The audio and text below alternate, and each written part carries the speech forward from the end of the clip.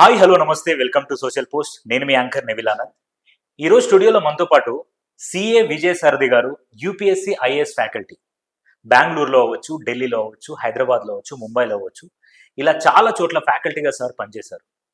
ఇప్పుడున్న రోజుల్లో మన మన తెలుగు స్టేట్స్లో అవ్వచ్చు, మన ఇండియాలో అవ్వచ్చు, ఈ యూపీఎస్సీ అండ్ ఈ సివిల్స్కి ఎంత మార్కెట్ ఉందనంటే సంవత్సరాల తరబడి దాన్ని ప్రిపేర్ అవుతూనే ఉంటారు. But what is reality in it?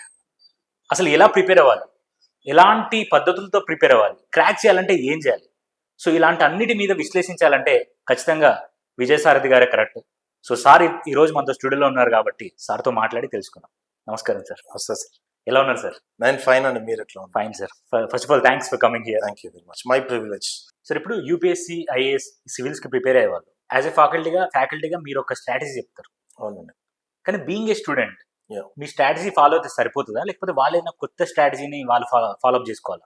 అంటే మేము మరీ టైలర్ మేడ్ స్ట్రాటజీస్ చెప్పాం.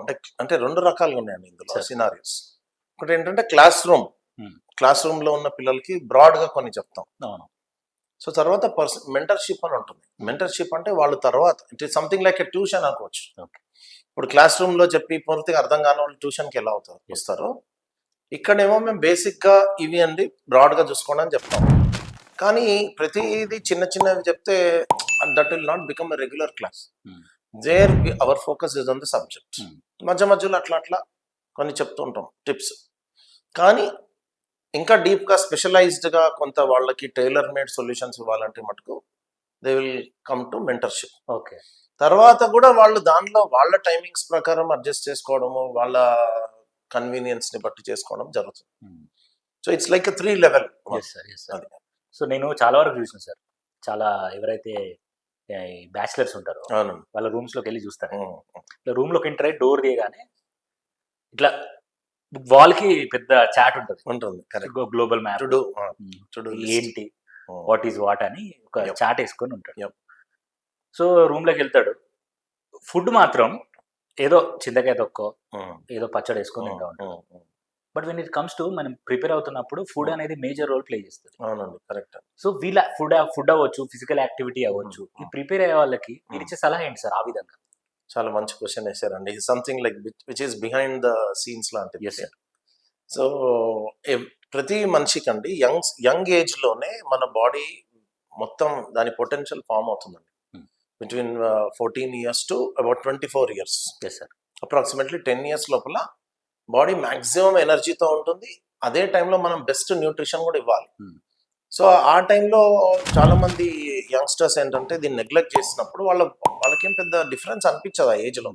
ఆ energy will take care of it. Okay. But వాళ్ళ ఫ్యూచర్ పెద్దగా అయినాక, ఒక ఏజ్కి వచ్చాక అప్పుడు చేసిన mistakes will cost them heavily.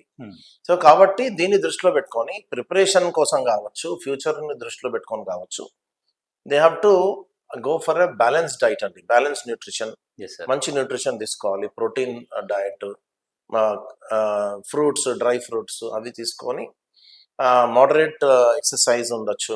మరీ హెవీ ఎక్సర్సైజ్ కాకుండా మోడరేట్ ఎక్సర్సైజ్, అప్పుడప్పుడు మెడిటేషన్, ఇవన్నీ కూడా మంచి ఫిట్నెస్ని, మెంటల్ అలర్ట్నెస్ని, తర్వాత నిద్రని, వాటిల్ని చాలా రెగ్యులేట్ చేస్తుంది. ఫోకస్ డెవలప్ అవుతుంది, వాళ్ళలో confidence and positive outlook develop చేస్తుంది. ఫుడ్ సరిగ్గా తినకుండా ఏదో ఆ టైంలో పర్వాలేదులే బాడీ దాన్ని తట్టుకుంటుంది అనేసరికి వాళ్ళు వెళ్ళిపోతే కొన్ని రోజుల తర్వాత అంత ప్రొడక్టివిటీ రాదండి శరీరం నుంచి. సో ఎగ్జామ్ టైంకి చాలా మంది అడ్డం పడుతూ ఉంటారు. So that will have to be prevented by this strategy. Okay sir. Okay sir. కొంతమంది ఊర్లలో నుంచి వస్తారు సార్, అవునండి, లక్షలు అప్పు తెచ్చుకొని ఏదో భూమో జాగా అమ్ముకొని ఎట్లయినా ఐఏఎస్ ఐపీఎస్ అవ్వాలని చెప్పేసి వస్తారు. వాళ్ళకి స్టిల్ వచ్చి అంత అప్పులు చేసి వచ్చినా కూడా డీవియేషన్స్ ఉంటాయి, ఫ్యామిలీ ప్రాబ్లమ్స్. వెరాజ్ డబ్బులు ఉన్న వాళ్ళు కూడా వచ్చి సేమ్ కోచింగ్ సెంటర్ లో తీసుకుంటాం. సో ఇద్దరిట్లో ఎవరు క్రాక్ చేయడానికి ముందంజలో ఉంటారు సార్ మీ ఆచరణ ప్రకారం? యూజువల్ గా మొదటి కేటగిరీ వాళ్ళే అండి. అవునా సార్? ఎందుకంటే వాళ్ళు ఎక్కువ ఇన్స్పైర్ అవుతారు. ఊళ్ళల్లో లేక టౌన్స్ లో, డిస్ట్రిక్ట్స్ లో they see the IAS IPS officers like working in the field. వాళ్ళు వెళ్ళడం, వాళ్ళ కాన్వాయ్ చూడటం, లేకపోతే వాళ్ళు యాక్షన్ లో చూడటం. అప్పుడు ఇంకోటి ఫస్ట్ 10 years లో డిస్ట్రిక్ట్ లో వీళ్ళు ఫుల్ యాక్షన్ లో ఉంటారు. అది చూసి చాలా మంది, లక్షలాది మంది ఇన్స్పైర్ అవుతారు. అదే సిటీస్ లో బాగా డబ్బున్న వాళ్ళు కూడా కొంత ఇన్స్పైర్ అవ్వచ్చు, కానీ వీళ్ళకున్న స్పార్క్ వాళ్ళకు ఉండకపోవచ్చు. అంటే I'm not saying it is like water type వీళ్ళు కంపల్సరీ ఉంటారు, వీళ్ళందరికీ ఉండదని కాదు. It's like majority of them. వాళ్ళు ఇంకోటి వాళ్ళ మీద ప్రెషర్ ఉంటుంది, నేను ఇది తీసుకొని వచ్చాను తల్లిదండ్రులను, వాళ్ళ కష్టము, నేను చాలా జాగ్రత్తగా ఉండాలని వాళ్ళు ఎక్కువ కొట్టే ఛాన్సెస్ ఉన్నాయి. డీవియేట్ అవ్వడానికి వాళ్ళకు కూడా లెస్ ఛాన్సెస్ ఉన్నాయి rather than the second category. Okay sir. And one more big question ఏంటంటే, నాకు I never include this, I wanted to ask you sir, ఒక ఐఏఎస్ ఆఫీసర్ లేకపోతే ఒక సివిల్ సర్వెంట్ అవ్వాలి అనుకుంటే ఎన్ని సెక్టార్స్ మీద అవగాహన ఉండాలి సార్? అసలు సారీ, ఎన్ని సెక్టార్స్, లైక్ ఎన్నిటి మీద మనకు అవగాహన ఉండాలి? సబ్జెక్ట్స్ అవ్వచ్చు, థింగ్స్ అవ్వచ్చు, వాట్ ఎవర్ హ్యాపెనింగ్ ఇన్ ఒక 12-13 అంశాలు ఉంటాయండి. అందులో అంటే బ్రాడ్ గా అన్నిటిని ఒకే దగ్గర పెట్టాలంటే వీళ్ళ యొక్క సిలబస్ ఏంటంటే సమాజం అండి. Society is your syllabus. ఆ సొసైటీలో ఎన్నో డైమెన్షన్స్, ఇందాక చెప్పుకున్నట్టు 12-13 డైమెన్షన్స్. ఆ సొసైటీ మన ఘన చరిత్ర ఉంటుంది, మన సంస్కృతి చరిత్ర, తర్వాత భౌగోళిక శాస్త్రం అంటాం, జియోగ్రఫీ, ఎన్విరాన్మెంట్, దెన్ ఎకానమీ, ఆర్థిక శాస్త్రం, తర్వాత వచ్చేసి పాలిటీ, మన రాజ్యాంగ వ్యవస్థ, మన రాజకీయ వ్యవస్థ, పాలనా వ్యవస్థ, రైట్. తర్వాత వచ్చేసి ఇంటర్నల్ సెక్యూరిటీ అని, ఇంటర్నేషనల్ రిలేషన్స్ అని, నెక్స్ట్ డిజాస్టర్ మేనేజ్మెంట్ అని, ఎథిక్స్ అని, ఇంకోటి ఇవన్నిటి మీద టోటల్ ఐడియా తోటి ఎస్ఏ అని, తర్వాత ఆప్షనల్ అని. ఒక మినిమం ఒక 12 అయితే ఉంటాయండి, 12-13 అయితే కంపల్సరీగా. It's like range of a society. ఇందాక చెప్పుకున్నట్టు సొసైటీ అంటే ఎక్కడి నుంచి చదవాలంటే you have to start from once area and you have to come full circle. Yes sir. So there is no shortcut for this. Yes sir. So ఇప్పుడు చూస్తుంటే technology అనేది చాలా పెరుగుతుంది sir. When we see it in ITs, అవునండి, AI, generative artificial intelligence, ఇవన్నీ చాలా పెరిగిపోతున్నాయి. Yes అండి. So even political leaders also ఏమైనా వరదలు వచ్చినప్పుడు, ఏదైనా జరిగినప్పుడు, correct, they are using drones type of AI, robotics and వాడుతూ ప్రజలకి హెల్ప్ చేస్తున్నారు. సో ఇలాంటి టైంలో ఈ ఐఏఎస్లు, ఐపీఎస్లు, యూపీఎస్సీ ప్రిపేర్ అయ్యే వాళ్ళకి ఈ టెక్నికల్స్ ఏమైనా మీరు నేర్పిస్తారా సార్? మాకు నేర్పించేది అంటే అండి, డెవలప్మెంట్స్ వచ్చినప్పుడల్లా వాళ్ళు పట్టుకోవాలండి. మేము కూడా చెప్తూ ఉంటాం ఏఐ యూజ్, ఏఐ మీద ఇన్ఫాక్ట్ మీరు అన్నట్లు ఏ ఆర్టిఫిషియల్ ఇంటెలిజెన్స్ ఏ రంగాల్లో ఇప్పుడు దాకా యూజ్ కాబడిందని క్వశ్చన్ కూడా అడిగేసాను UPSC 2 years back. Okay. So that means this candidate has to be abreast of all the developments that are happening in not only science and technology but also its applications. So it is అంటే రేపు పొద్దున నువ్వు officer అయితే ఈ టెక్నాలజీని ఎలా వాడతావు ప్రజల జీవితాల్ని బాగు చేయడానికి అనే ఆ దృక్పథం వీళ్ళలో ముందుగానే ఉండాలి. Okay, yes sir. And one more thing ఏంటంటే, ఐఏఎస్ ప్రిపేర్ అవుతుంది సార్, అవును, బట్ ఎవరికైనా సరే ఇప్పుడు 18 hours 19 hours ప్రిపేర్ అవ్వాలని ఒకప్పుడు చెప్తుండే. ఇప్పుడు అంతలా ప్రిపేర్ ఎవరు అవ్వట్లేదేమో నా ఫీలింగ్. 18 hours ఎవరు ప్రిపేర్ అవ్వట్లేదేమో నా ఫీలింగ్. బట్ మేబీ ప్రిపేర్ అవ్వచ్చు, ఉంటారండి, అవుతారు. సో వీళ్ళకి కొన్ని డీవియేషన్స్ ఉంటాయి.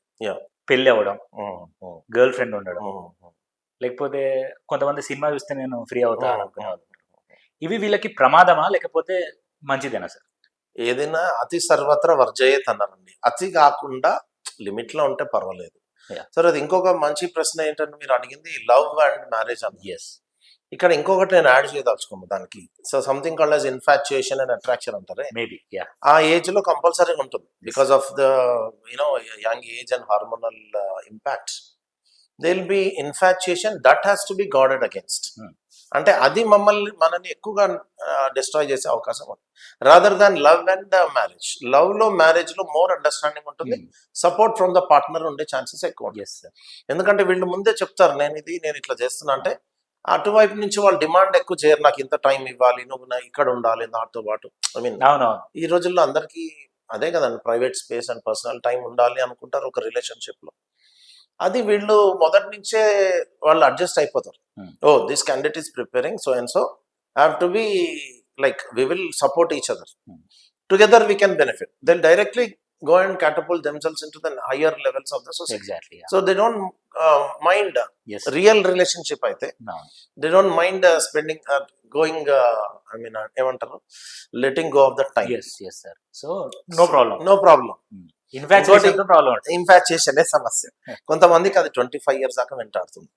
అది యాక్చువల్గా 22, 23 కల్లా బయటకు వచ్చేస్తారు చాలా మంది. ఎందుకంటే వాళ్ళు రియాలిటీతో దగ్గరికి వెళ్తున్న కొద్దికి what I'm doing all this time waste అనుకొని ఇటు వచ్చే వాళ్ళు చాలా మంది రియలైజ్ అయిపోతారు. కొద్ది మంది ఇంకా అందులోనే ఉండిపోయి కొంచెం ఇబ్బందుల్లో పడతారు. Thank you sir. Pleasure having with me.